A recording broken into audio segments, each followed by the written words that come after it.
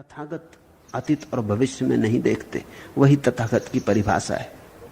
जो न पीछे देखता न आगे, जो बस यही है, इस क्षण में पर्याप्त है, जो इस क्षण से बाहर नहीं जाता। जैसे दिए की लौ हवा के झोंके में कपती इधर उधर, फिर हवा के झोंके बंद हो गए और दिए की लौ अकंप जलती। जब तुम अकंप होते हो तुम यहां होते हो। जरा कपे कि या तो अतीत में गए या भविष्य में गए, दो ही दिशाएं हैं कपने की। अकंप होने की दिशा है वर्तमान। तथागत अतीत और भविष्य के अर्थ को नहीं देखते। न तो अतीत में कोई सार्थकता है और न भविष्य में कोई सार्थकता है। तथागत तथ्य में देखते हैं। तथ्य में देखने से ही, तथ्य के साथ जुड़ने से ही, जो है उसमें उतरने से ही सत्य का अनुभव उपलब्ध होता है। तथ्य द्वार है सत्य का। कल्पना मुक्त महर्षि वर्तमान का अनुपश्ययी हो, अनुपश्ययी वर्तमान का। वर्तमान की प्रतीति में, वर्तमान के अनुभव में, वर्तमान की साक्षात्कार की जो दशा है, जो इस समय गुजर रहा है सामने से, उसको ही देखता है, उसका ही अनुपश्ययी होता है। अवेयरनेस, जागरूकता बस इस क्षण की होती। इसे थोड़ा करने की कोशिश करो। कठिन है, अति कठिन है, लेकिन जब सधता है तो सभी कठिनाइयां सहने योग्य थी ऐसा पता चलेगा। तब बहुमूल्य हीरा, अमूल्य हीरा हाथ लगता है। थोड़ी कोशिश करो। जो भी तुम कर रहे हो, रास्ते पे चल रहे हो तो बस चलने का ही अनुपश्यन, चलने की ही जागरूकता रहे। भोजन कर रहे हो तो भोजन करने की ही जागरूकता रहे। ज़ैन फकीर बोकजू से किसी ने पूछा कि तुम्हारी साधना क्या है? उसने कहा जब भोजन करता हूं तो सिर्फ भोजन करता हूं, और जब कुएं से पानी भरता हूं तो सिर्फ कुएं से पानी भरता हूं, और जब सो जाता हूं तो सिर्फ सो जाता हूं। उस आदमी ने कहा यह भी कोई साधना हुई? ये तो सभी करते। बोकजू ने कहा काश सभी ये करते होते तो पृथ्वी पर बुद्धि बुद्ध होते, सब तथागत होते। तुम जब भोजन करते हो तब तुम हजार काम और भी करते हो। भोजन तो शायद ही करते हो, और ही काम ज्यादा करते हो। आदमी भोजन पे बैठा है, वो यंत्रवत भोजन को फेंके जाता शरीर में। मन हजारों दिशाओं में भटकता है, न मालूम कहां कहां की यात्राएं करता, न मालूम कितनी योजनाएं बनाता है। तुम रास्ते पे चलते हो, जब चलते हो तो सिर्फ चलते हो, चलने का तो ख्याल ही नहीं रखते। जो वर्तमान में हो रहा है उसको तो देखते ही नहीं, उससे तो तुम चूकते ही चले जाते हो। और वर्तमान बड़ा छोटा सा क्षण, जरा चूके कि गया, चूके नहीं कि गया।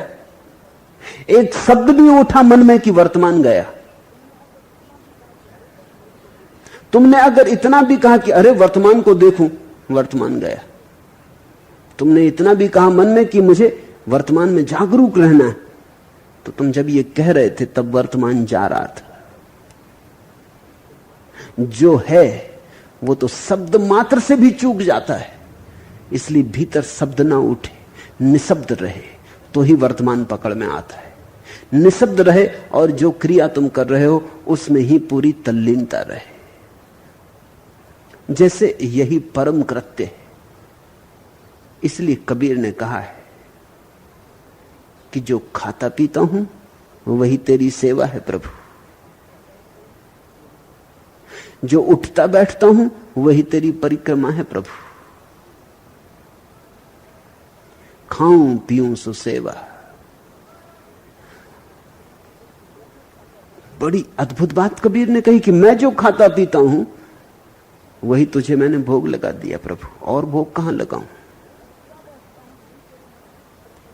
उठता बैठता हूं यही तेरे मंदिर की परिक्रमा है, और परिक्रमा करने कहां जाऊं?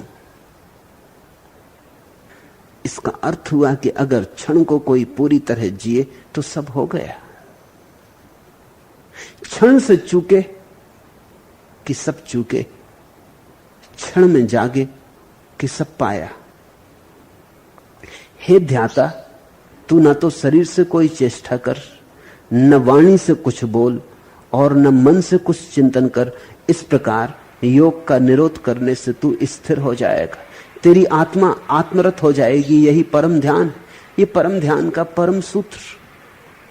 हे ध्याता, तू न तो शरीर से कोई चेष्टा कर। ध्यान के लिए शरीर की चेष्टा का कोई प्रयोजन नहीं। न वाणी से कुछ बोल, न भीतर शब्द को निर्मित कर, क्योंकि ध्यान से उसका भी कोई संबंध नहीं, और न मन से कुछ चिंतन कर। इस प्रकार योग का निरोध करने से तू स्थिर हो जाएगा। एक निशब्द शून्य भीतर घेर ले, उस निशब्द शून्य में जागरण का दिया भर जलता रहे। बस शून्य हो और जागृति हो, शून्य धन जागृति के ध्यान हुआ। ध्यान का यही परम सूत्र है। तेरी आत्मा आत्मरत हो जाएगी। मां चिट्ठ मां जंप मां चिंत किम विजेन होई थिरो अप्पा अपमामी रहो इणमेव परम हवे झाणम। यही परम ध्यान है। इस थोड़ा ख्याल में ले ले। कभी बैठे तो बैठे रह जाएं, तो बैठने में ही लीन हो जाएं। भीतर से शब्दों को विदा कर दें, नमस्कार कर लें, कुछ चिंतन भी ना करें, आत्मा का भी चिंतन ना करें। यह भी मत सोचें कि मैं आत्मा हूं, शुद्ध बुद्ध हूं, क्योंकि वो सब चूकना है। ना चिंतन करें, न शरीर की कोई क्रिया में संलग्न हो। बैठे हैं तो बैठने में डूब जाएं और भीतर सिर्फ जागे रहें। बस एक ख्याल रखें कि होश बना रहे, नींद ना आ जाए। अगर ध्यान का किसी चीज से विरोध है तो नींद से, और किसी चीज से विरोध नहीं। संसार छोड़कर मत भागो, घर गृहस्थी छोड़कर मत भागो, इससे कुछ लेना देना नहीं। सिर्फ नींद को गिरा दो। जब मैं कह रहा हूं नींद को गिरा दो तो मेरा मतलब यह नहीं कि रात तुम सो मत। जब जागो तो परिपूर्णता से जागो। आहिस्ता आहिस्ता चलो, उठो, बैठो। एक बात ख्याल रखो कि भीतर होश को संभाले रखना है। अभी नाजुक है, अभी बार बार खो जाएगा, संभालते संभालते आने लगेगा। फिर धीरे धीरे तुम पाओगे, जब दिन की जागृति में जागरण सद गया तो नींद में भी शरीर तो सो जाएगा, तुम जागे रहोगे। शरीर तो विश्राम करेगा, लेकिन तुम्हारे भीतर एक प्रहरी जागा रहेगा। जिस दिन 24 घंटे जागरण सध जाता, उसी दिन व्यक्ति बुद्धत्व को उपलब्ध हो जाता। तो जागने में तो जागना पहले साधो, फिर नींद की फिक्र कर लेंगे। पहले तो जागने से नींद को हटाओ। तुम्हें भी कई दफा लगा होगा कि तुम्हारे भीतर जागरण की कई मात्राएं होती। जैसे समझो कि तुम रास्ते पे जा रहे हो और अचानक एक सांप रास्ते से निकल जाए तो तुम चौंक पड़ते हो। सांप नहीं निकला था तब तुम किस अवस्था में थे? थोड़ी तंद्रा थी, चले जा रहे थे, डूबे डूबे सोए सोए, थोड़े थोड़े जागे, थोड़े थोड़े सोए। सांप सामने आया, मौत सामने आ गई, एक धक्का लगा, एकदम जाग गए। एक क्षण को तुम उस अवस्था में आए जिसको महावीर कहते हैं प्रत्येक क्षण की बनाना है। तुम कार चला रहे थे, गीत गुनगुना रहे थे, कि सिगरेट पी रहे थे, कि रेडियो सुन रहे थे, चले जा रहे थे अपनी धुन में। अचानक दूसरी कार तेजी से सामने आ गई, मौत का खतरा आया, दुर्घटना होने को थी, बाल बाल बचे। उस क्षण एक जोर तुम्हारे भीतर ऊर्जा का उठेगा, तुम जाग जाओगे। एक क्षण को लगेगा सब नींद टूट गई। खतरा इतना था कि नींद रह नहीं सकती थी। मनोवैज्ञानिक कहते हैं खतरे में रस ही इसीलिए कि उससे कभी कभी जागने की झलकें आती। लोग पहाड़ पर चढ़ने जाते हैं, गौरी शंकर चढ़ते हैं, खतरनाक है, जान जोखिम में डालना है। लेकिन जब जोखिम होती है तो भीतर जागरण होता है। जब जोखिम बहुत होती है तो भीतर बहुत जागरण होता है। पहाड़ पर चढ़ने वाले को शायद पता भी ना हो कि वो क्यों पहाड़ पर चढ़ने के लिए पागल हुआ जा रहा है, लेकिन मनस्विद कहते हैं और सदा से ज्ञानियों को इस बात का ख्याल रहा है कि खतरे में लोगों को इसलिए रस आता है कि खतरे में थोड़ी सी नींद टूटती और जागरण का स्वाद मिलता है। लेकिन पहाड़ पर अगर रोज रोज चढ़ते रहे, जो पहाड़ पर चढ़ने जाता है उसको तो थोड़ा रस आता है। लेकिन नेपाल में जो आदमी दूसरों को पहाड़ पर चढ़ाने का काम करते हैं जिंदगी से, उनको कुछ नहीं होता। वो अभ्यस्त हो गए, वो यांत्रिक हो गया। बाहर तो हर चीज यांत्रिक हो जाती, जब तक कि भीतर का जागरण ही सीधा सीधा न खोजा जाए। जैसे तुम कभी आग जलाते हो, अंगारों पर राख जम जाती, ऐसी चित्त पर नींद जमी है। इसे थोड़ा झकझोरना है, इसे झकझोरते रहना है, अंगारा जलता रहे। हे ध्याता, न तू शरीर से कोई चेष्टा कर, न वाणी से कुछ बोल, न मन से कुछ चिंतन कर। इस प्रकार करने से तू स्थिर हो जाएगा, तेरी आत्मा आत्मरत हो जाएगी। यही परम ध्यान है। जिसका चित्त इस प्रकार के ध्यान में लीन है वह आत्मध्यानी पुरुष कसाय से उत्पन्न ईर्षा, विषाद, शोक आदि मानसिक दुखों से बाधित, ग्रस्त या पीड़ित नहीं होता। वह धीर पुरुष न तो परि से, न उपसर्ग आदि से विचलित होता, न भयभीत होता, न ही सूक्ष्म भावों और देव निर्मित मायाजाल से मुक्त होता है। ध्यान धर्म का मौलिक आधार है। जैसे किसी को दर्शन शास्त्र में जाना हो तो विचार, तर्क मौलिक आधार है, वैसे किसी को स्वयं में जाना हो, स्वभाव में जाना हो तो ध्यान मौलिक आधार है। तुम और सब साध लो और ध्यान न सधे तो तुमने जो साधा वो धर्म नहीं। तुम तप साधो, योग साधो और हजार तरह के क्रियाकांड और विधियां करो, यज्ञ करो, हवन करो, पूजा प्रार्थना करो, लेकिन तुम्हारे भीतर अगर ध्यान नहीं सधा तो ये सब साधना बाहर बाहर है, भीतर तुम ना आ पाओगे। और इस भीतर आने के लिए कुछ करने जैसा नहीं है। इस भीतर आने की प्रक्रिया को तुम्हारी सारी क्रियाओं में से साधा जा सकता है। तुम दुकान पर बैठे बाजार में काम कर रहे हो, ध्यान पूर्वक करो, सो मत। मजदूर हो कि अध्यापक हो कि दफ्तर में क्लर्क हो कि स्कूल में चपरासी हो, कुछ भी हो, गरीब हो कि अमीर हो, सैनिक हो कि दुकानदार हो, कोई भी कृत्य हो जीवन का, वहीं एक बात साधी जा सकती है कि जो भी तुम करो उसे होशपूर्वक करते रहो।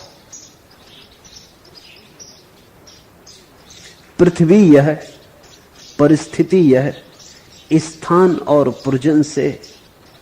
पृथ्वी यह, परिस्थिति यह, स्थान और पुर्जन ये दलदल है। एरावत बन हम फंसते हैं, मदांधो समझते हैं, कमलवन हमारा है, हमारा है। यहां कुछ भी हमारा नहीं, यहां जो भी हमारा मालूम पड़ता है वो सब दलदल है। लेकिन इस हमारे के दलदल में कुछ है जो हमारा स्वभाव है। मेरा तो कुछ भी नहीं है, लेकिन मैं हूं। ये मैं क्या है? इस मैं को हम कैसे पकड़ें? इस मैं की तरफ हम किन यात्रा पथों से चले, इस मैं का सुराग कैसे मिले। महावीर के इन सूत्रों का अर्थ हुआ, इस मैं को जानना हो तो पहले तो जिस को तुमने मेरा माना है उससे अपना संबंध शिथिल कर लो, क्योंकि मेरे के दलदल में मैं फंसा है। तो पहले तो दलदल से बाहर कर लो। एक बार दलदल से बाहर हो जाए, मेरे का जाल छूट जाए, तो फिर दूसरा काम करने का है, और वो ये है कि मैं सोया ना रहे। बाहर का दलदल मिटे, फिर भीतर का दलदल मिटाओ। बाहर का दलदल है संबंधों का जाल, और भीतर का दलदल है एक तरह की सुप्ति, एक तरह की निद्रा, एक तरह की तंद्रा। हम ऐसे चल रहे हैं जैसे कोई शराबी चल रहा हो। चल भी रहे हैं,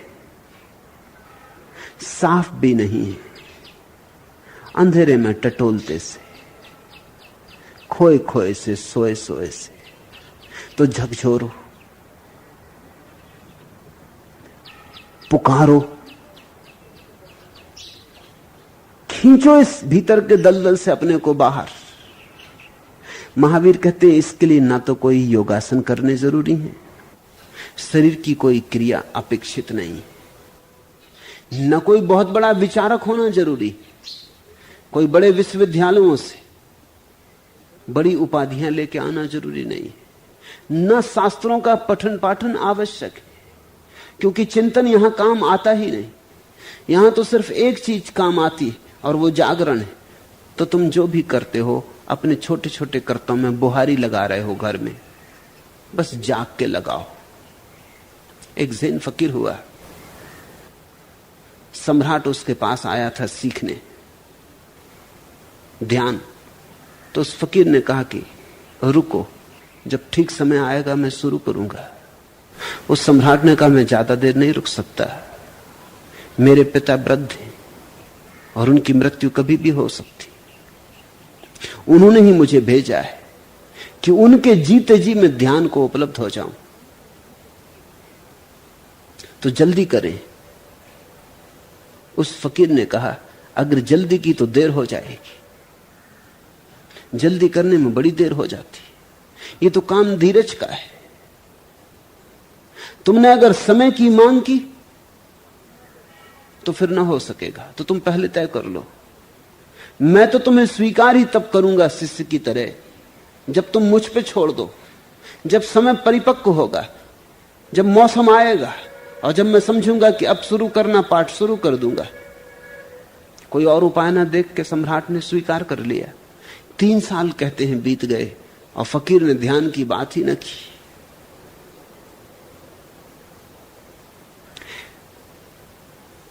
लेकिन एक दिन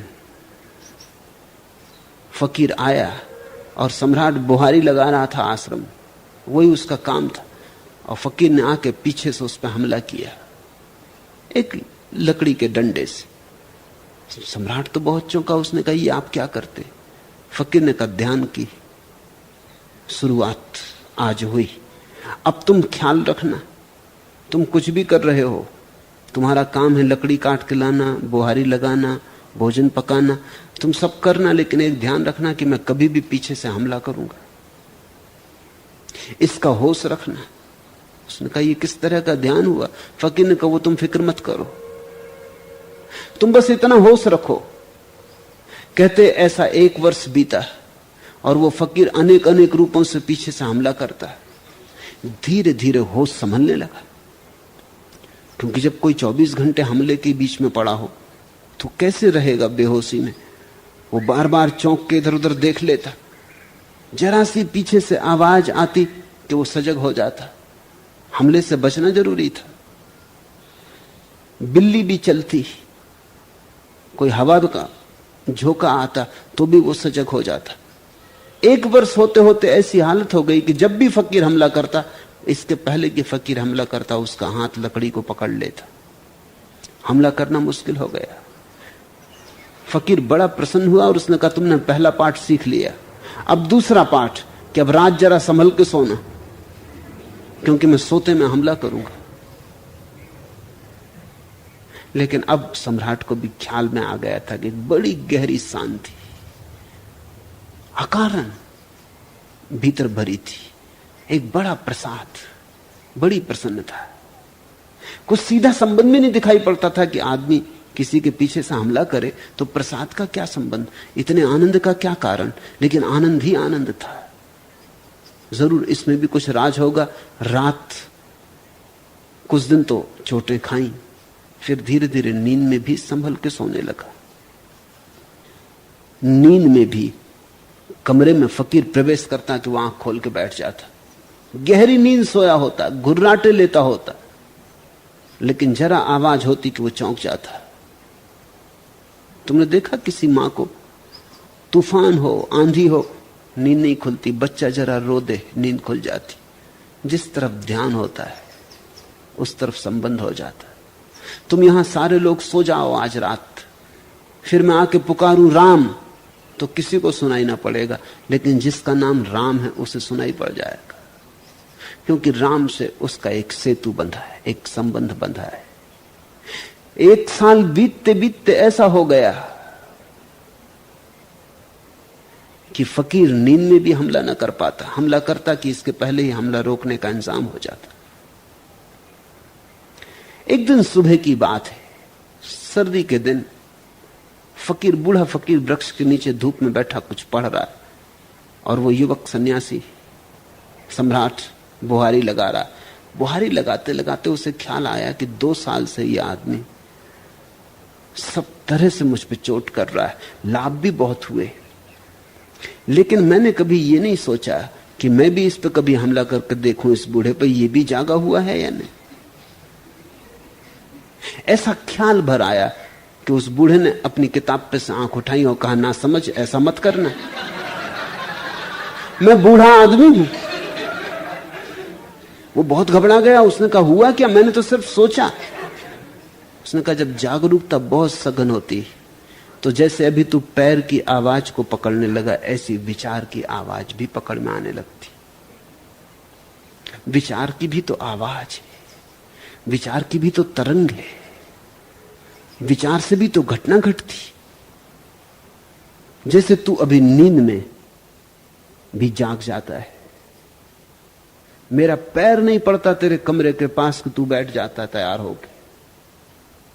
मैं इतने संभल के चलता हूं, कोई उपाय नहीं, जरा सी आवाज तुझे चौंका देती।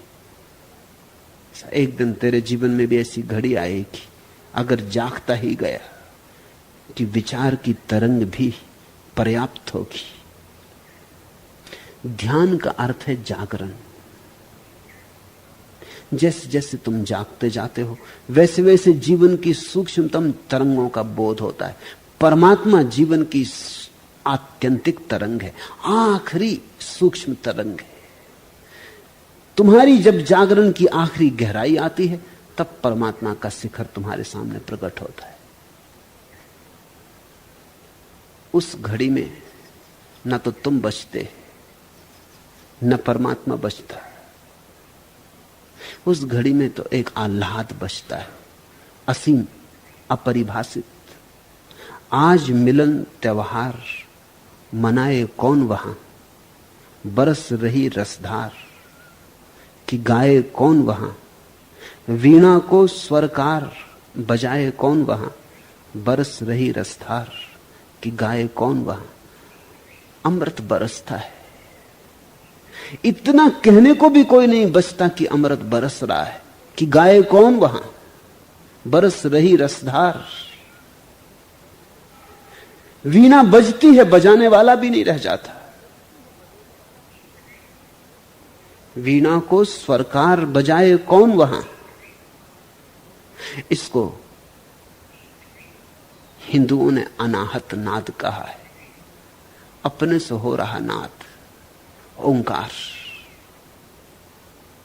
इसको महावीर ने स्वभाव कहा है, अपने से जो हो रहा। आनंद हमारा स्वभाव है, हम सच्चिदानंद रूप है, लेकिन इस रूप को जानने के लिए जो आंख चाहिए ध्यान की, वो हमारे पास नहीं, या है भी तो बंद पड़ी। 100 बार चिताओं ने मरघट पर मेरी सेज बिछाई, 100 बार धूल ने मेरे गीतों की आवाज चुराई, लाखों बार कफन ने रोकर मेरा तन श्रृंगार किया, पर एक बार भी अब तक मेरी जग में मौत नहीं हो पाई। मैं जीवन हूं, मैं यौवन हूं, जन्म मरण है मेरी क्रीड़ा, इधर विरह सा बिछुड़ रहा हूं, उधर मिलन सा आ मिलता हूं। जिसे तुमने अब तक समझा है तुम हो, वो तो केवल सतह पर उठी तरंगे, और जो तुम हो उसका तुम्हें पता नहीं। उसका न तो कभी जन्म हुआ और न कभी मृत्यु हुई। उस शाश्वत को जगाओ, उस शाश्वत में जागो, उस शाश्वत को बिना पाए विदा मत हो जाना। जीवन उसको पाने का अवसर है। जिसने ध्यान का धन पा लिया उसने जीवन में कुछ कमा लिया, और जो और सब कमाने में लगा रहा और ध्यान के धन को न कमा पाया उसने जीवन व्यर्थ गंवा दिया। इस अवसर से चूकना मत। पहले बहुत बार चूके हो, इसलिए चूकने की संभावना बहुत है, क्योंकि चूकने की आदत बन गई है। लेकिन कितने ही बार चूके हो, पा लेना संभव है, क्योंकि जिसे पाना है वो तुम्हारा स्वभाव है, वो तुम्हारे भीतर मौजूद ही है। जरा पर्दे हटाना, जरा घूंघट हटाना, घूंघट के पट खोल। घूंघट बहुत तलों पर है, संबंधों का घूंघट, फिर शरीर का घूंघट, फिर मन का घूंघट। इन 3 परतों को तुम तोड़ दो तो तुम्हारी अपने से पहचान हो जाए। अप्पा अप्पमी रहो इनमेव परम हवे झाणम, आत्मा आत्मा में रम जाती, फिर यही परम ध्यान है। आज इतना है।